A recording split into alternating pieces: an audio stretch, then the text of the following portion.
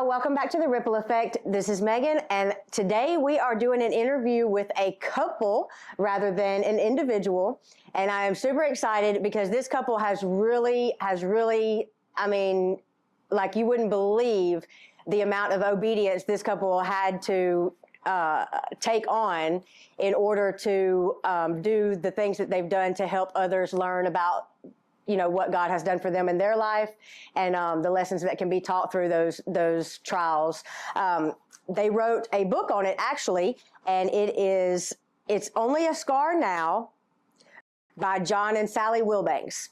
If you are newly married, or even if you've been married for a while, fixing to get married, anything having to do with being in a relationship, I would highly, highly, highly recommend you read this book. If you have not seen it on, let's see, what do y'all have it on? Amazon. Then go look for it because it is really, really, really good. So welcome to the show. Thank you for having us. Thank you so much. I appreciate it. How long have y'all been married? We'll let him answer since we always let them get in trouble. Okay.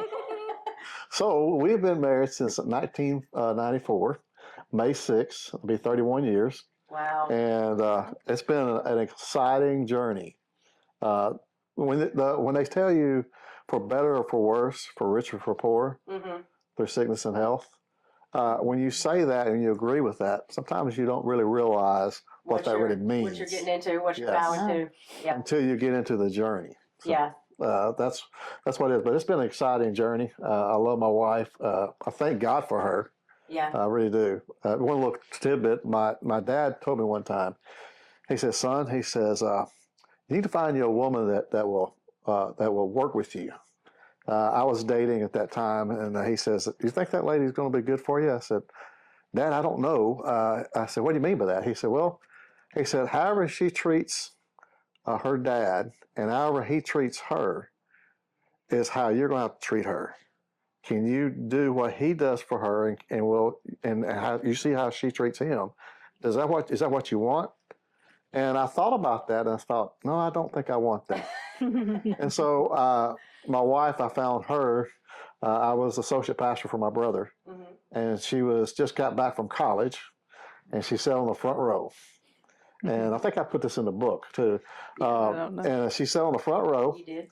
And I seen that curly, beautiful 1989. Back in the 80s, or the big hair, curly hair stuff. Yeah, the big hair. And she had on this gray skirt and this blouse. And I can't even remember exactly. Oh, hey, listen. You remember it. And I love how she worshiped. And I thought, wow, I've seen her, many times in my brother's church, but not like I did that day.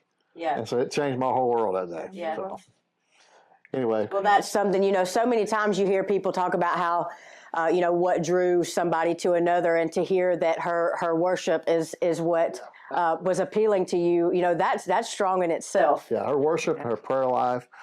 She would be at the church sometimes early to pray, and I really thought highly of that. Another thing too is her work ethic. She had a work ethic, very good personality, and it just attracted me. And and thank God for it, because it actually worked out for the best for me. When you read the book, when we went through some of the things we went through over 15 years ago. Had she not been the Had she not been who she was, absolutely. Who she was spiritually, then it may very well not have turned out so great. Right.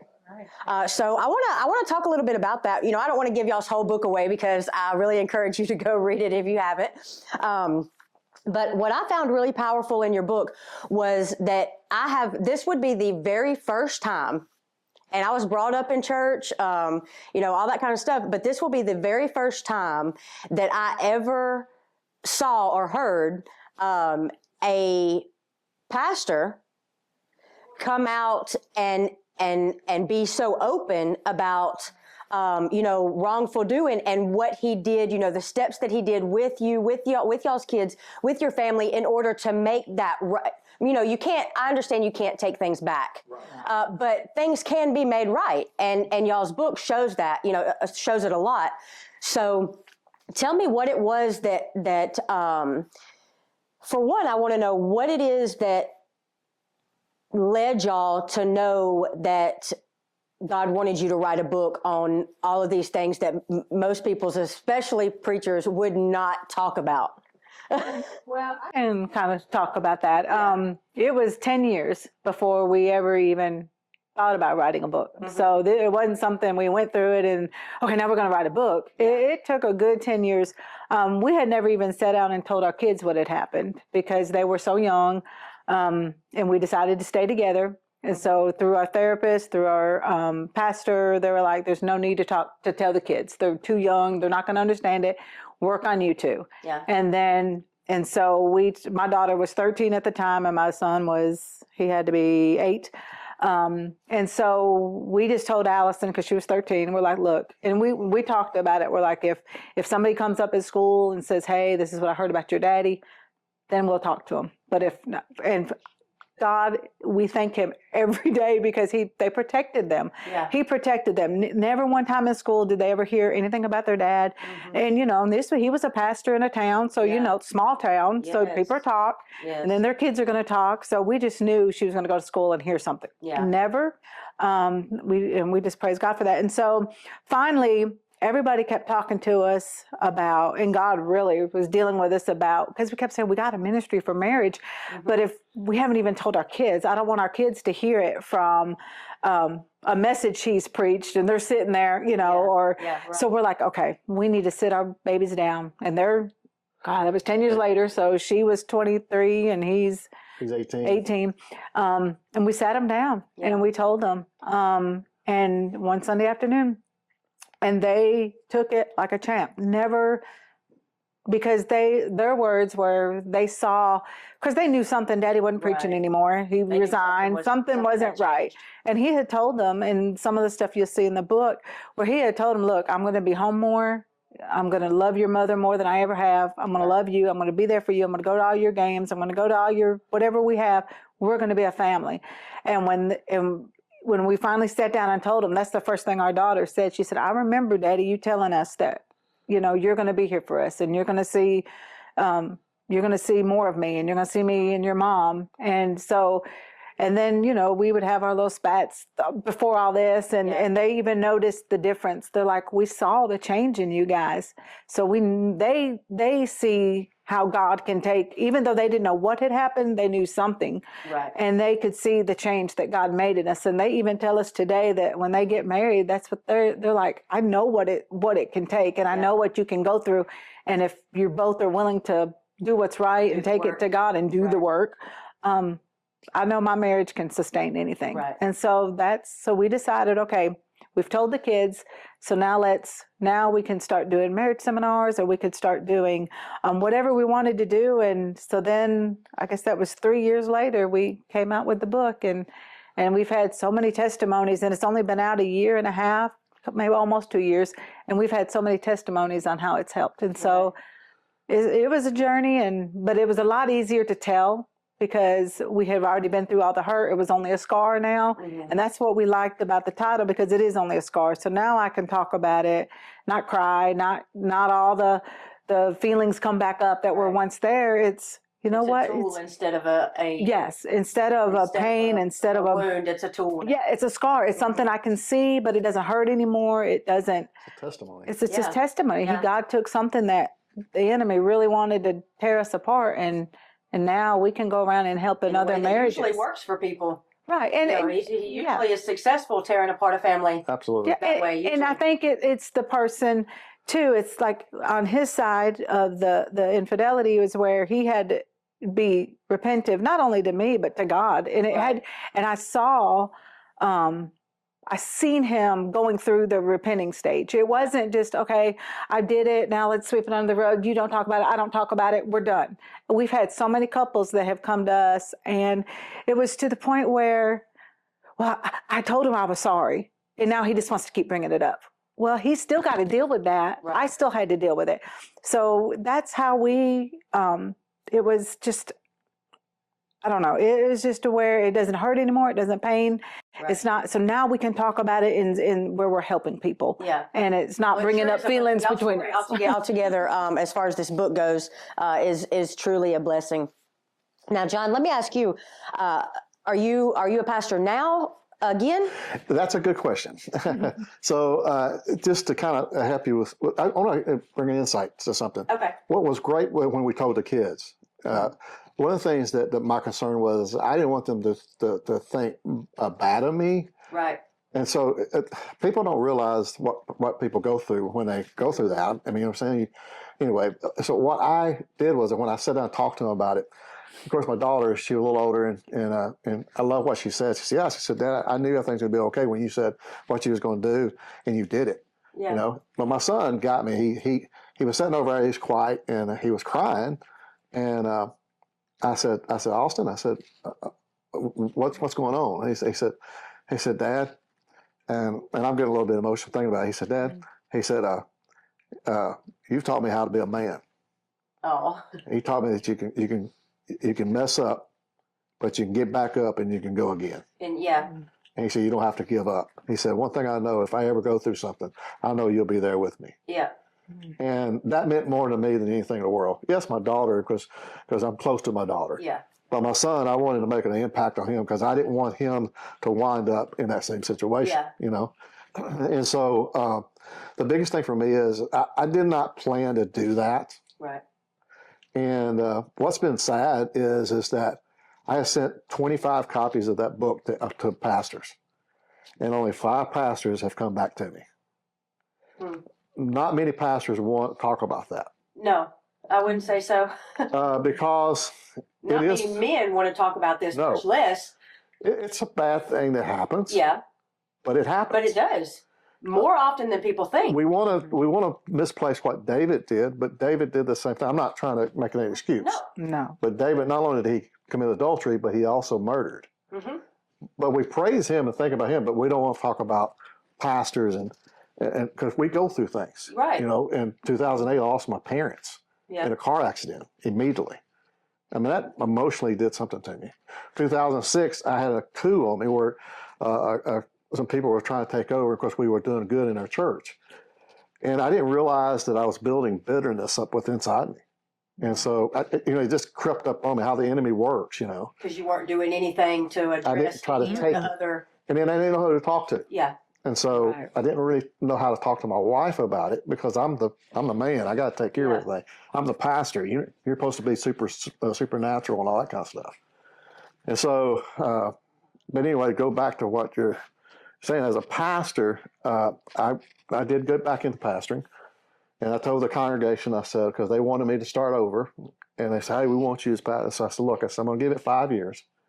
And I said, if we're not up to a certain number, it's not about numbers, but I had a goal.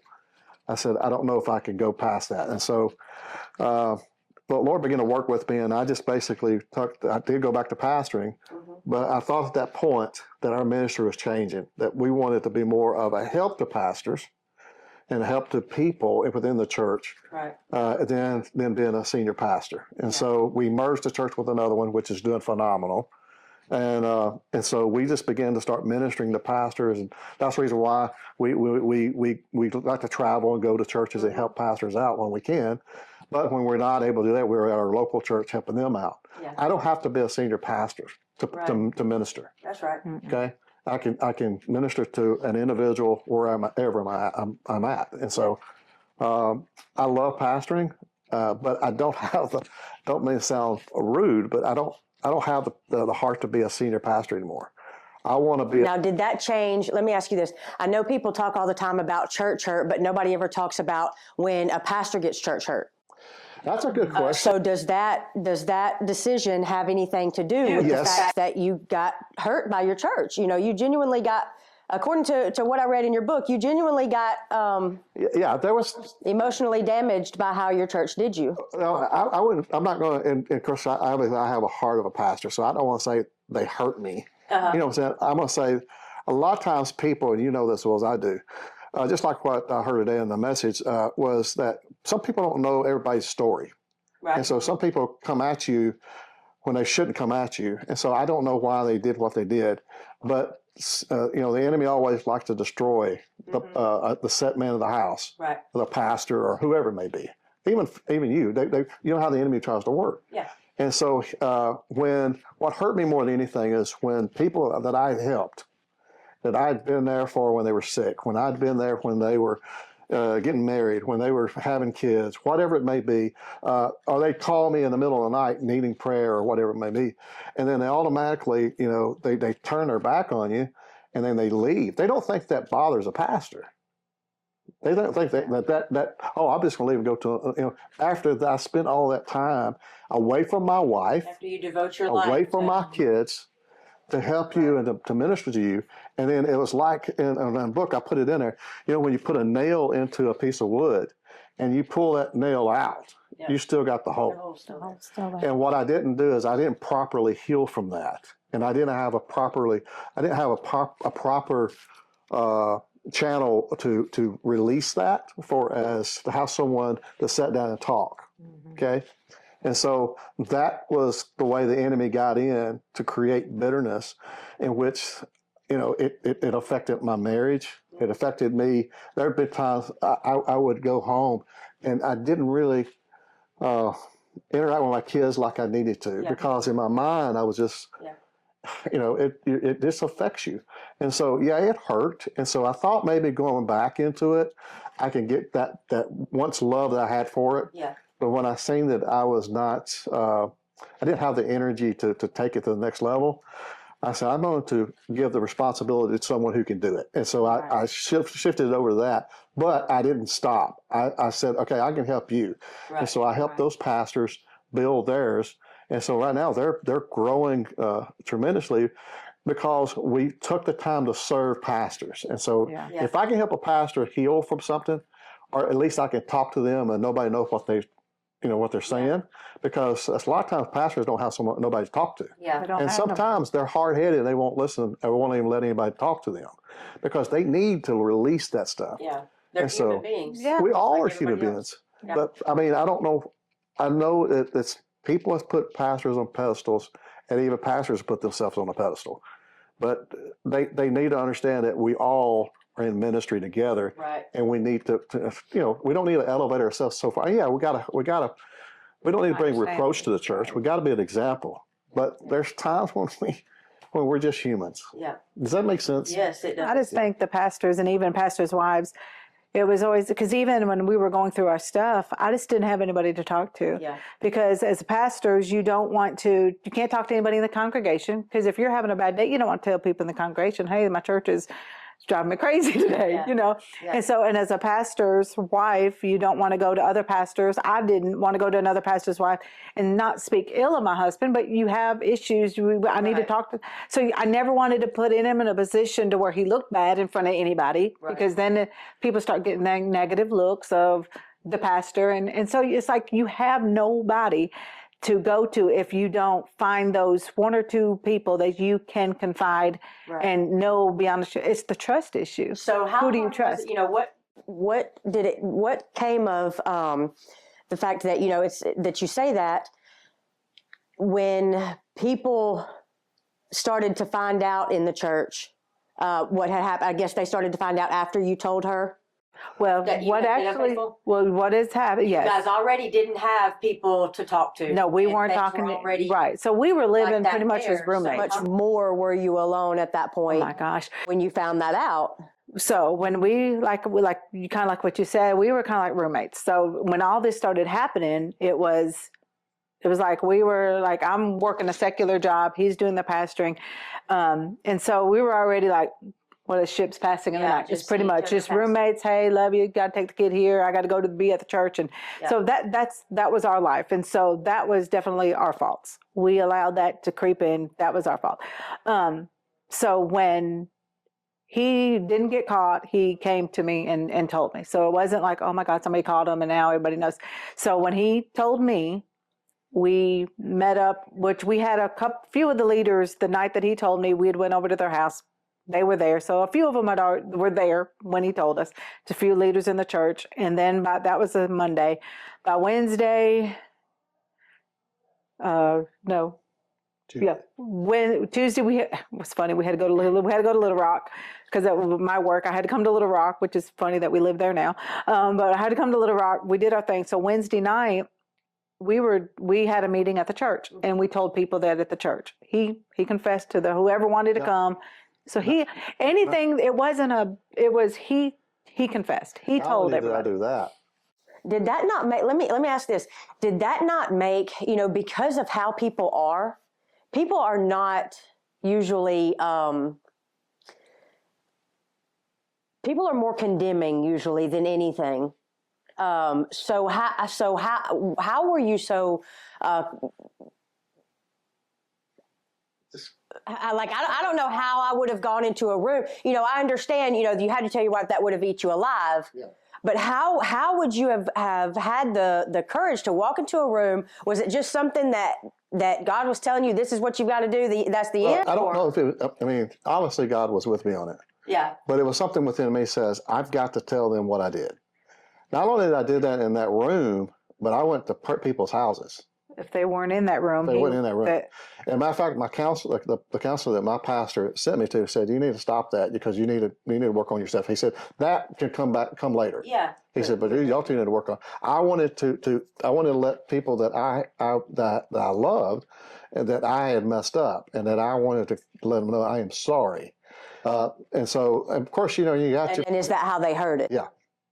And what was their response? Okay, so the first it was the first that Wednesday night when Sunday we're going to do a message on who you without sin cast the first stone. Uh-huh. It was just like They were wonderful, supportive. yes. Okay. And then by that Sunday, of course, we didn't go to church there that Sunday. I mean, We was advised not to. to actually resign, and it was our fault or his fault. But so it was like. As Yeah. So we actually went to our pastor's church, pastor's church in Jackson, and was going there for about a year, 2 years, close Almost to. 2 years. And so anyway, so then all of a sudden it was, you can't come back in the church to get your stuff. You can't do this. You can't do that. We're having you audited. It was just like, we don't know where it even came from. Because from the time we love you guys. Like you had been embezzling money from the church or We had something. this small little church that was barely, Because at that time. At that time, you remember, I had a coup, and so a lot of people. We had a lot of people that left. I was running a big number of people, and then so I was trying to build it back up, and so I was spending a lot of time, just trying to get that going. And so I don't know where they got that from, but it was just jealousy, a lot of envy, a lot of just anger. And People we were get angry. that. We understood that. I mean, that's your pastor. I understand that. We understood that I completely. understand people getting angry at me, and I had to resolve in my mind that people are angry because of what I did. I did it. I have to take the responsibility. If they are angry at me, I'm going to pray that they get over it. Right. And some people did. Some people got over it, came to me, said, "Hey, I'm sorry." I even had people privately come to me and says, "I did the same thing you did, but nobody knows." Nobody ever Exactly. I had several people come to me. I bet. And then what helped me more than anything, I had a businessman that was in town, prominent businessman. Well, the mayor actually told me not to leave. I had several pastors told me not to leave. I had a prominent businessman in the area. He always ate breakfast with him, and back to Friday. We used to go on Fridays. He called me. He says, "You're coming to eat with me." He says, "Don't sit at home. Make me come up there with everybody there." And he told me, he looked at me, he says, "I know what you're thinking. You're thinking everybody's looking at you, thinking, oh, he said, man, they're on to the next story. They ain't worried about you now." Right. There'll be And another from story. that point on, it kind of changed my mindset that, hey, I even had pastors try to get me, say, "Hey, we're going to get your church back. You need to hang on." I said, "No, I don't want to do that." And so I allowed my pastor to be my pastor, and he told me what to do. And so I submitted myself, my wife and I and my kids, to my pastor. He got me some counseling. We went to counseling. I read some books. I had another friend out of state who and his wife went through the same thing 2 years before that. Mhm. And he was running 15,000. And I think it's that. Yeah, You talking anyway. about people in the church? Yeah, he had thousands of No, people, was building a multi-million-dollar building. Oh, Went through the same thing, and his wife made it through it. And so that's the guy I wanted to talk to. How did you and your wife make it through it? And so he says, "Here's what we're doing." And one of the things he said that I always remember, he says, when I would call him and say, "Man, somebody just called and said they wanted to," man, we had people mad at her. I don't even know why they was mad at my wife. Because I stayed. Because she stayed. And then we had people who wanted was mad at me and wanted to whip me, like beat me up or something like that. I'm like, what? What the? I don't get what they was thinking about that. Anyway, but he told me, he said, John, he said, you're going to have to rise above that. Yeah. Rise above it. And so I had to learn to rise above the fray and just keep moving forward. Yeah. That was the toughest thing to do. This was not an easy trip. Right. And only 5% of the marriages make it out of that. And I didn't realize that until I was talking to my counselor. 5% of the marriages. Yeah, we just had to cut off all cell phone connection, all cut connections. We got off Facebook. We just, it was because, you know, you're getting messages from everybody, and you got the ones that were truly like, hey, we're so sorry. What do you need? You know, you need anything? And then you had the ones like, I can't believe you're staying, blah, blah. So it was just like, you know, let's cut it. It was the week of Thanksgiving. So we were both off work, which made it perfect. I'm like, God, if that was the perfect timing, that was it. Because it was right there where we weren't working. So we had 7 days. I think we talked more in those 7 days. We were married 16 years at the time. And I think we had talked those 6 days more than we had ever talked in our whole 16 years of marriage. Because I grew up with all sisters. I went around I didn't run around guys. I didn't know how to interact with guys. You know what I'm saying? It was, so when I didn't know what. Stay friends with a guy. Right. And I didn't know how guys were. And I just didn't know. And so our he come into, and we talk about in the book, is where you come into a marriage, and he was expecting me to be like his mom, who cooks, cleans. She worked, 16 hours a day. No, maybe not that, 10 hours a day, but she'd still come home, have supper on the table.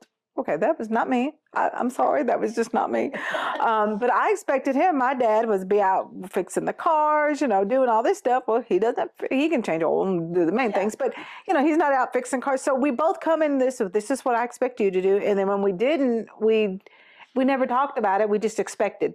Yeah. And so that's one thing in the book. Before you ever get married, let each other know what those expectations are, because you may not be, you think, oh yeah, this is what I see, and this, but then when you get married, you're like, you're not what I thought you would be. Yeah. And that can cause friction. So we didn't know how to communicate with each other. Yeah. And I think if we had learned that early on, I'm not saying this would have been avoided. We don't know. There's things that happen that just happen. But I think it would have helped a lot along our way. Yeah. But just from the outside in observation, I know this might sound, kind of crazy, but it seems to me like this situation that happened strengthened y'all's marriage, y'all's relationship, y'all's friendship into something that is not even something that you see with relationships or couples that haven't gone through this stuff. Oh, 150%. We talk about it. We're like, you know what? As much as I hate that it happened, of course, I said I wouldn't change it for the world, because it took us from a place of roommates to.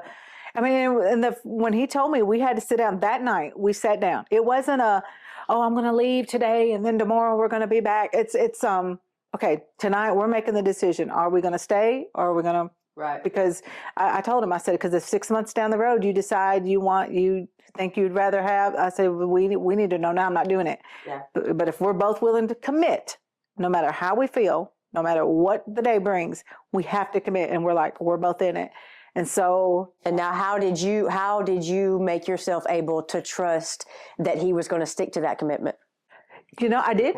I didn't know if he would, but I had to commit. It was a commitment. I didn't always feel like, I was still checking his phone. Yeah. I was still checking his computer. I was still doing things, and you had to allow, in the book, I read about how you had to allow that in order for, for me to get that trust. Exactly. That's how, and that's what kept me too. That because I could have asked him to lay on the floor and do whatever, and he would have done it if that's what I needed him to do. And that's where I knew, I'm like, okay, it ain't like, you're getting on my nerves. Yeah, he's like, no, I'm not giving you my phone. No, Usually when somebody says, well, I'll do anything, well, they really don't mean do anything. Exactly. He genuinely would. He went, like one night he was at his brother's house and I was at my mom's, and so he called me and he's like, hey, Timmy wants me to go to the movie with him. Can I go?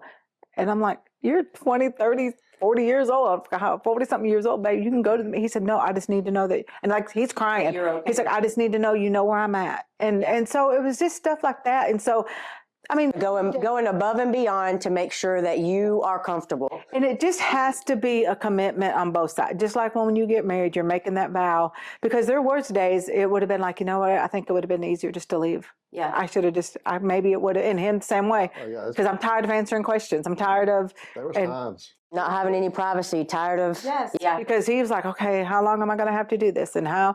But he, like I said, he was so willing. And then not only did I see him repent to me, but I seen him laying in the floor, crying out to God and saying, God, I'm so sorry. Yeah. And I don't know what made me do that. I don't know what, but God, I'm willing to find it out and get this out of me, whatever it is.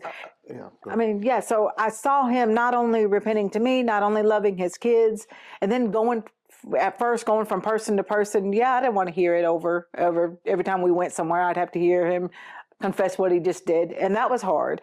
But I could see I could see it. It really hurt him that he hurt people, because I'm your pastor. I'm supposed to be bigger than you're supposed to go through this, and I'm supposed to bring you out. Yeah. And so that hurt him. So he not only did he, of course, his main focus, of course, was me and the family, but he really felt bad for hurting the people in the church too. And some of them didn't realize it until later on, and then some may never had, and that's somebody okay. never will. I mean, that's their choice. Yeah.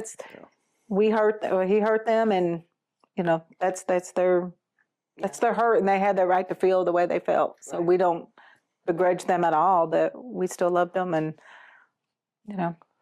I think the biggest thing for me is that the restoration is not perfect. Everybody thinks of restoration as some kind of a perfect step. So it's never perfect. Yeah. I mean, you feel tired. You feel like, oh God, it's just going to. Here we go again. Everything in.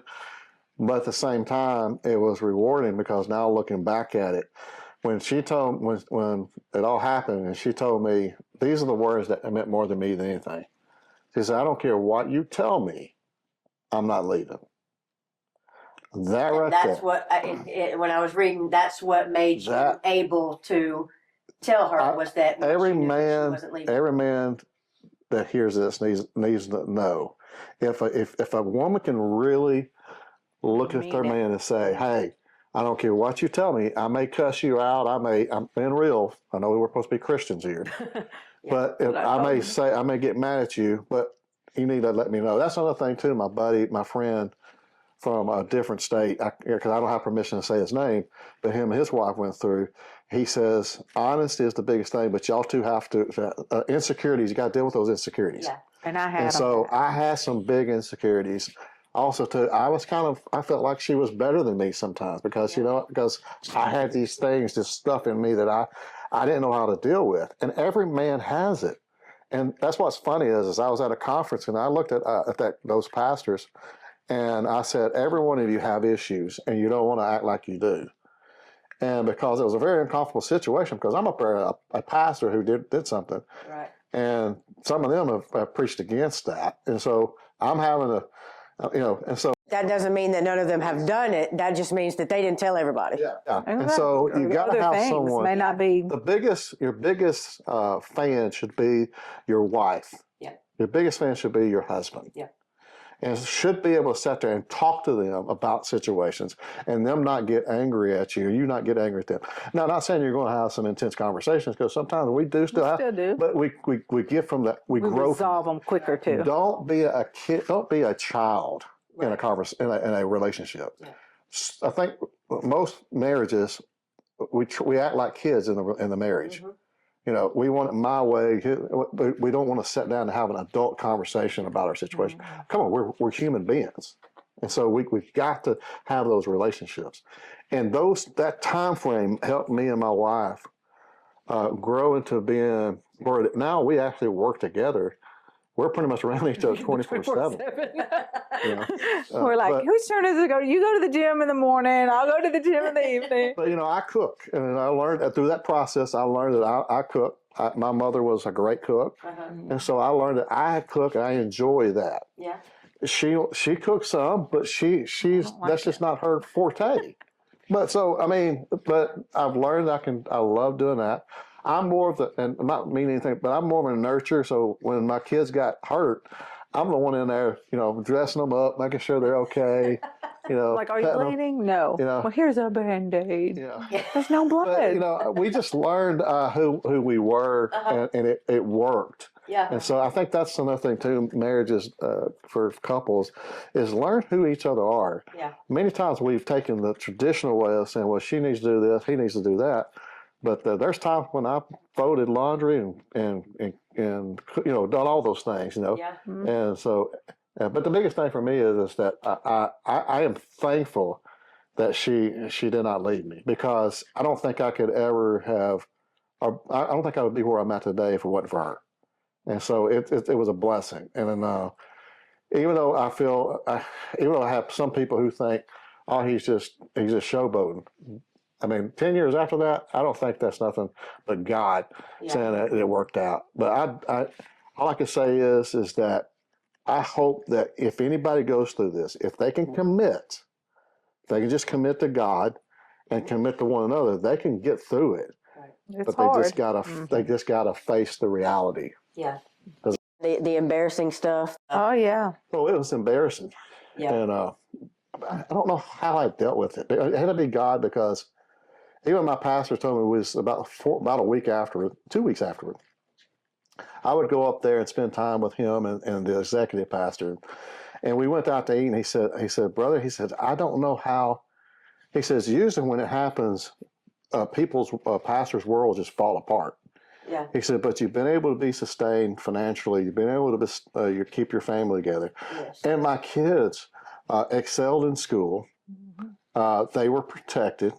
I even had a pastor tell me that my kids will be, Never amount to anything. not Be mount to damaged. anything. I had a pastor tell me, a friend of mine who was supposed to have been my friend, tell me that they would never amount to anything, that they will be hurt over this, that my wife will leave me in 6 months. It sounds like you had friends like Job did. Yes. Yeah. That's a good point. I didn't think about it. Yep. That your wife finds out about who you are, and then she's just going to She leave really you. knows who you are. Sure. And the people that you're, my pastor and the therapist that we're working with, they're not going to help you any at all.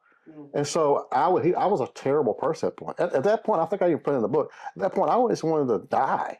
And if it wasn't for my brother, who is a pastor too as well, who called me and just encouraged me. And so I had people like that to encourage me. I had true friends that would just set me in. I had one guy, I would go crying, literally I'd be just crying. And I'd go to his house, hey, let's go to the basement. And so we go down to his basement, and we just sat there and watched TV, and he just let me talk. And I had friends. We had friends that would do that. There's a certain group that you just can't be around everybody at that time. When you're going through something like that, you can't just go talk to everybody. You got to get that group. And it's not always yes people, because these people told us, this is what you're going to have to do. And this is what, so it was people that you could trust, people that you knew that really had your back. Say, yep, you screwed up and you did wrong, but what can we do to fix it? How can I help you to fix it? And so, and if it was, hey, if you need to leave him, but if you can work it out, let's stay. And like I said, it's all about commitment, because you're not always going to feel like you forgive them, because there's days, they always talk about the scripture about, forgiving 7 times 70 a day. And there was days, literally, I'd drive to work, I'd cry all the way to work.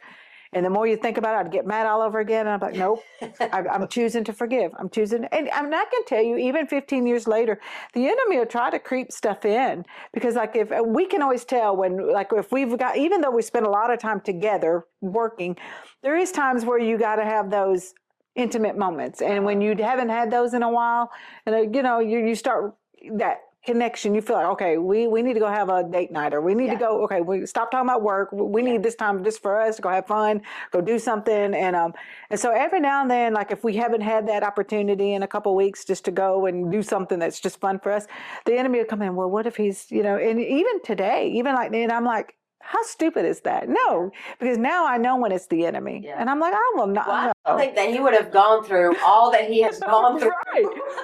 I'm sure you were not easy on him. No. He would have gone through, endured all the things that he felt like at the time he deserved and was willing to go because to regain your trust and to make repairs, Right. if just for him to turn right around and do it again. I don't think. Because oh, once Yeah. a cheater, always a cheater. I said no. Once God delivers you, and once God sets you free from that, because like I said, I watched the whole thing with him. Like we've had friends that oh yeah and then they're back out doing it again. I'm like, okay, you might need to leave him on that one. But if he's going to keep doing it, then you don't need to stay there and take the abuse from it. But if you know he's truly forgiven and he's truly, the hardest part that John, and I'm sure he'll say it too, but I think the hardest part for him was not even me forgiving him, it's him forgiving him. Oh. Because even after I had forgave him, even when circumstances come up, he'll be like, oh, I can't believe I did that. I'm like, baby, but it's over. It's done. Look at us now. And so it's, I think it takes that encouragement also from you, to help him do that, I'm sure. It was tough to forgive I didn't realize, you preach about, you got to forgive yourself. Mm-hmm. You preach about forgiveness, but when you have to do it for yourself, it's another story. Yeah. And it was a tough deal. Mm-hmm. And I had to learn that I had to love myself and know that I'm not where I was then. Right. That I'm in a better spot. And that was tough. And then I think the biggest thing for me is my wife and my kids. My kids, I spent a lot of time with them and did a lot of things with them. And my goal was if I could make sure my kids were saved and they were doing well in life, that was my goal. Because, hopefully that I could have a ministry later on. Yeah. But if I can take care of them, then I feel like I have fulfilled what Timothy told the church to do too as well. Yeah. So. Well, y'all's story is sure amazing. Y'all are very inspirational. Even to couples that haven't necessarily experienced the same thing. It's kind of an extreme of, well, if they can, work this out, then. Right. Then we can get through, what we're going through. And if their relationship is obviously, it's very clear to people on the outside that y'all's relationship is very God-centered, and that y'all are both aware and acknowledge that without God at the center, that y'all would not have been able to make it through even, the small stuff. So y'all are really inspiring. And like I said at the beginning, if y'all have not read this book and you are in any kind of relationship at all, I would recommend, especially newlyweds or people going through the same stuff.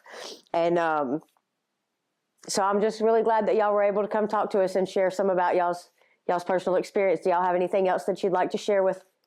Well, first of all, I just want to thank you for allowing us to be on your podcast. The biggest thing for us is we want to get the message out, right, and to people who don't know who we are, and obviously you have some influences that we can influence too as well. Right. We want to see marriages make it. Healthy marriages, obviously, is going to make. And that's something that the devil is definitely after hard these days. Exactly. Get the family. And so we want to see, that's our goal, is if someone's going through something, we know that they can come through it. If we can come through what we went through, they can come through what they're going through as well. And so we want to thank you for this opportunity. Mm-hmm. We really do. And I want to thank y'all for being such a support system for people that are going through stuff that a lot of times they get shunned by their friends or get, however it goes. Anytime people go through things, you lose some that you thought were your friends. And we just learned along the way. We've heard pastors say it, but there's different types of people in your life. They're the ones that on the scaffold with you at that level when you're building, but once you go to the next level, they're still here. And then you got those that go all the way with you. So there's seasons in your life, and we've come to realize that even the friends that we lost during this time, they were there for a season. Right. And then while they were there, they were good. They helped us out. And to help us get to where, and some of them maybe even were there to help us to be able to get through with what we went through. So it's not that we're anything special. It's that God is special. That's and right. Without knowing his word, without being able to forgive, and yes, it's hard to forgive anything, not just on a daily basis saying, God, you're going to have to help me get through this. Yeah. And it's a choice. You just have to, in your brain, go, you know what? I'm choosing to forgive this. And the more you do it, the more, and you may have to do it that 490 times a day, but the more you do it, the easier it becomes. And the more you just, and like our relationship now, it's like I can't even imagine a day without him now, where back in those days, it was like, oh, you going away? Okay, you going to Ireland for 10 days? Okay, great. We'll see you when you get back. So, but now it's like, you're going where for a day? No, I need you here. So, it's possible to have a good relationship even without the infidelities. You can make a marriage, and that's even in our books. We have the reflection period where you just write things down that you and your spouse. So it's not just read a book; it's actually part of a little workbook, kind of a to where you got it can start a conversation that you may never would have had without that book. And so, I think my last point would be is don't allow bitterness to settle within you. That's right. Bitterness causes a lot of your issues. That's good. yeah. And I think the biggest thing is you got to pray and ask God to release that bitterness, and have someone that you can confidently talk to, whether it's your pastor, your counselor, your husband, your wife, that can help you through those things, because you can't do it by yourself. And there was many times out of pride I tried to do it by myself. And so I think the last words I can say on this podcast is deal with the bitterness and your insecurities. Insecurities will keep you from growing and being who God has called you to be. Yeah. That's good. Well, I think that I think I don't have anything else that I need to say. I think that's pretty good. So thank you guys, and we'll see you guys next week.